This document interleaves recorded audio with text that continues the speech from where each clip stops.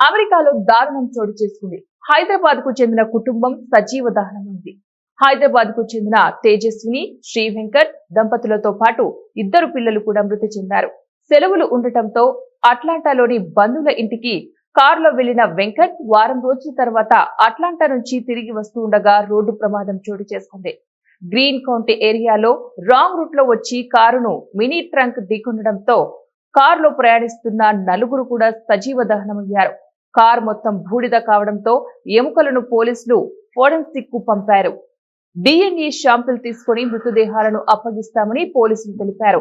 హైదరాబాద్ లో వెంకట్, తేజస్విని కుటుంబ సభ్యులు ఆందోళన చెందుతున్నారు.